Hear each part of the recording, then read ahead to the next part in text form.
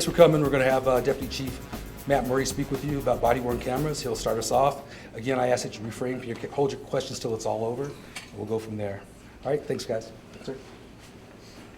Good morning. Thank you, everybody, for coming today. I'm Deputy Chief Matt Murray with the Denver Police Department, and we're going to discuss how the Denver Police Department will be utilizing body-worn cameras. Also speaking today is Commander Barb Archer. She is responsible for Denver's body-worn camera program. She's going to provide you with background, where we are today, the future of our program, and be able to answer general questions about how they will be deployed and things like that. Sergeant Jess Lighthouser, he will talk about how the cameras that work, the technical aspects of them, and the training that officers will receive.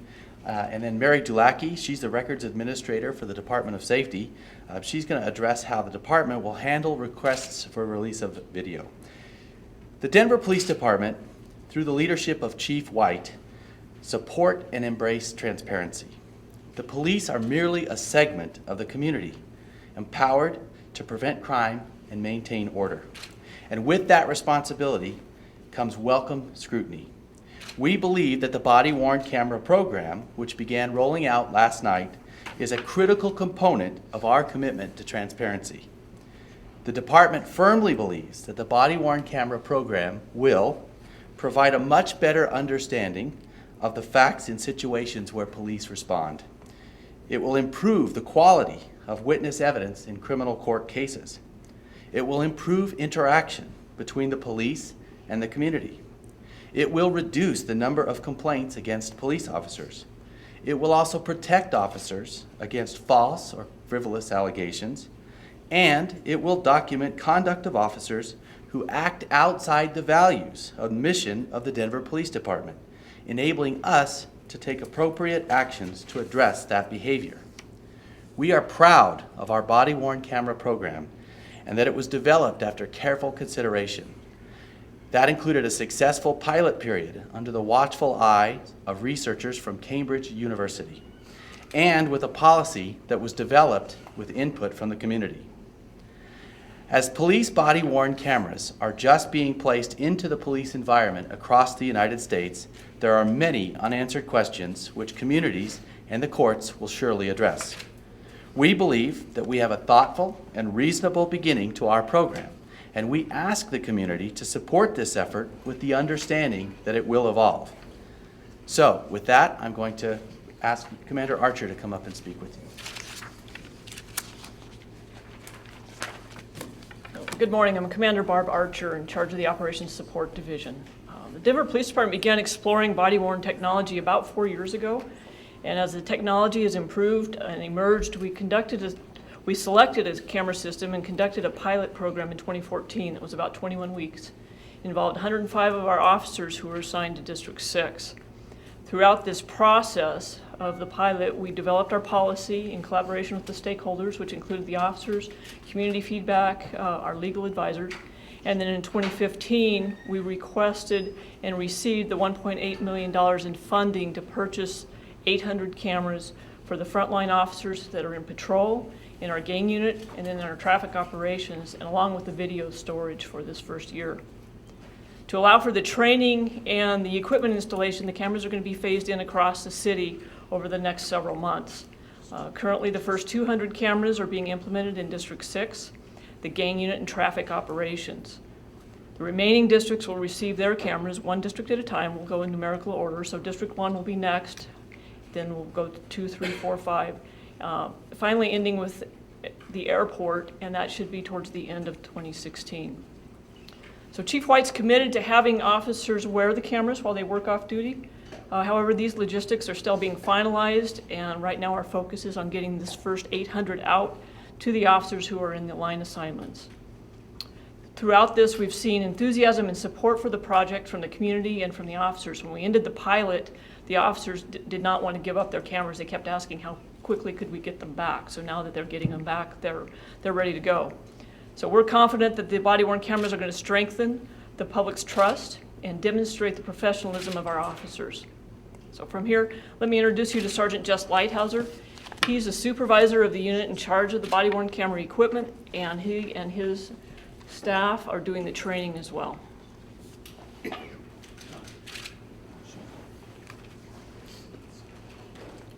Good morning. My name is Sergeant Jess Lloydhauser. I'm in charge of the HALO and TSU unit, which is directly responsible for the implementation of the body-worn cameras. We began implementing training the officers yesterday. We started yesterday morning with the first cameras being deployed last evening. We trained about 80 officers yesterday. Those were all in District 6. With next week, we'll begin with the traffic and the gang unit also. The rollout per assignment is approximately 4 to 6 weeks, and as mentioned by the commander, we should have it completed by the end of 2016. The policy itself hasn't changed substantially from the pilot program. The officers will still activate them in the same situations as far as during traffic stops, during pedestrian, citizen, or vehicle contacts, during crisis intervention team calls, weapons calls, calls involving suicidal individuals, during foot chases, during any adversarial encounter that the officer encounters, forced entries, warrantless or consensual searches during Miranda advisements, arrests and citations, or any time an officer believes that the body-worn camera may be beneficial to document either a crime that has occurred or to provide better clarity as to how an incident had occurred. The officers are also instructed when to deactivate the camera. There are 3 main ways to look at deactivation of the camera. The first one is the officers are instructed that as soon as the initial situation is concluded or has stabilized, that at that point, before they move into the investigative phase, they can deactivate the camera. However, part of that training is that at any time, if they feel the need, or if the incident changes into an incident that requires the camera to be reactivated, they can reactivate it as needed. The second reason they can deactivate it is at the request of the victim. Again, that is based upon the situation itself.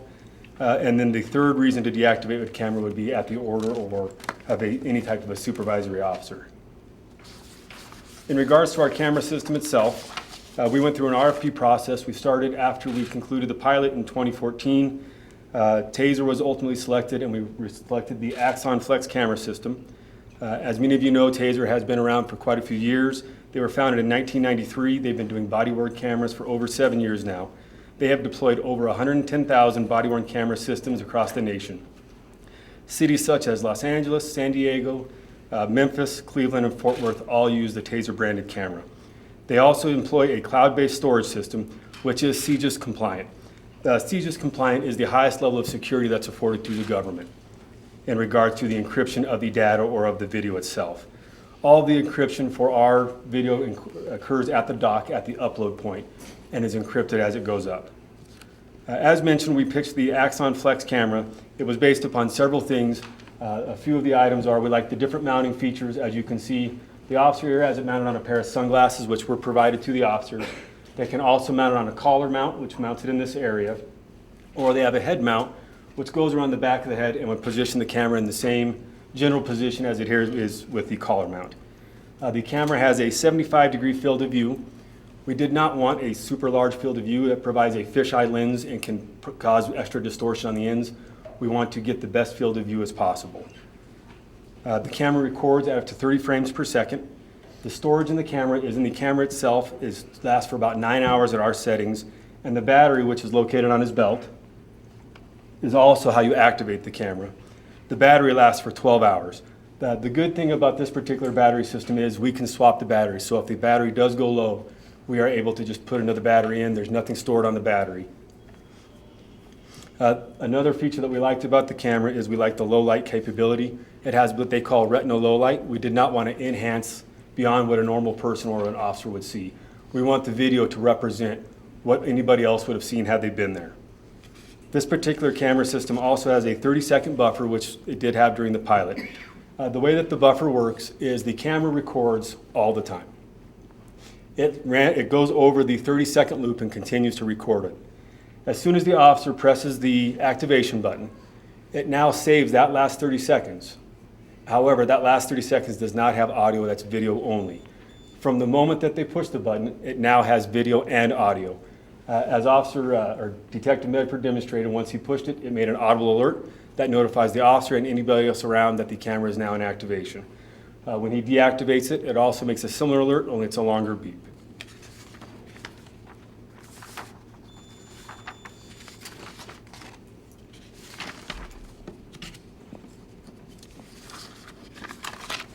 That's all that I have. I will pass it on to Mary Dulacki.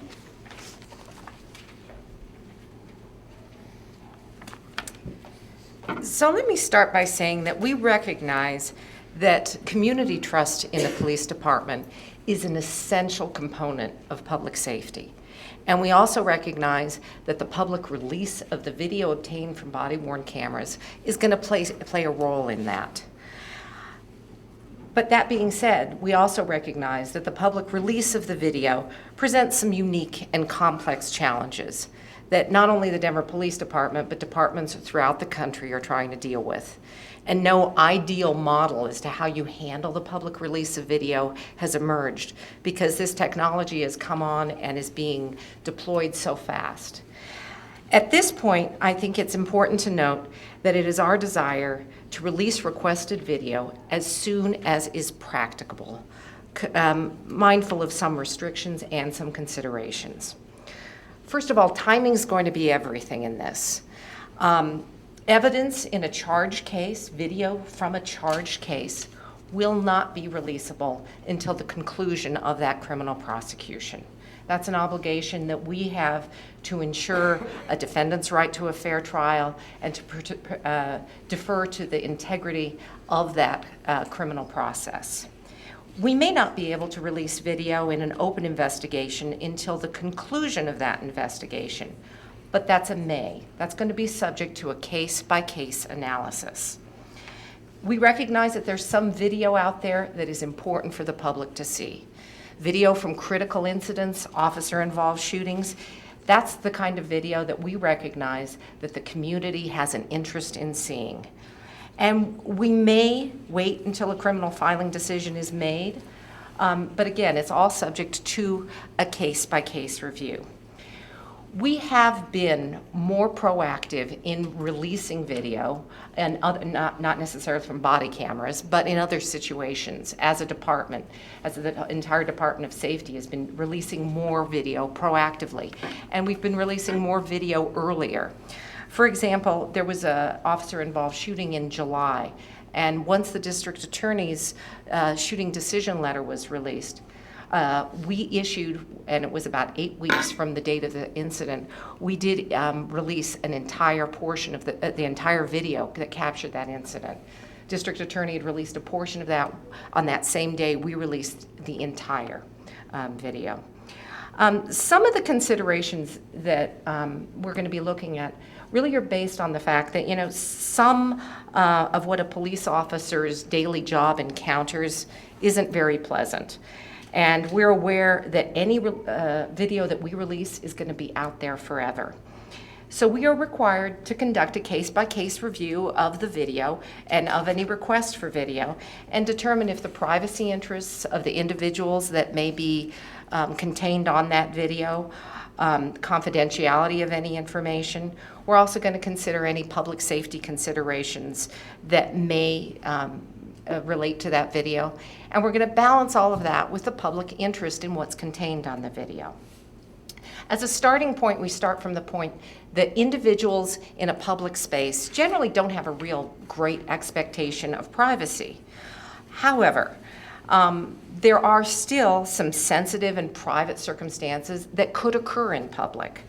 Clearly, we're going to look at video inside a home or video that may relate to a medical issue, video that depicts people in a crisis, victims, children that may be contained. Those are the kinds of video that we're going to look at and really scrutinize, and we may not be able to release portions of that video. Witness statements, we may be hesitant to release because we don't want there to be a witness in the future who's hesitant to provide a statement on video that is going to be out there in the news media immediately and subject them to that. So that's another consideration. Sometimes in a fluid situation at a crime scene, there may be individuals who are indicating that someone's the responsible party who really isn't the responsible party. And it would certainly not be appropriate for us to malign that person's character in perpetuity by releasing video that contained that information where an uncharged suspect is pointed out as a culpable party. As we are moving forward, just as with the body cam policy as to how officers are to utilize it, And just as we sought public input and we incorporated some of that public input and public comment into our current policy, that policy is a living document, as are going to be our policies and procedures for release of this video. We will continue to welcome public input into how this is going. This isn't anything that's set in stone at this point. When there is some suggestion, when there's another practice that another agency throughout the country may have, we're going to look at that. We're going to look at any ways of handling this. Also, a couple of things that I want people to be mindful of. When we roll this out to the department-wide, we're looking at a massive volume of video. A lot of the attention's been paid in the rollout of the cameras, the managing, the storing of that video, making that video accessible for the district attorney and the city attorney's office in their prosecutions, and that's where a lot of the attention's been made. But I want people to also appreciate that when you're requesting video from a particular incident, it may not be, just one officer. We may have 4 officers who've arrived at that scene. And each of those officers may have a different perspective and may have their video may capture different things. And all of that video is going to have to be scrutinized. So with that, I think we're probably going to be ready to open it up for questions. And I think Sunny's going to be fielding the questions.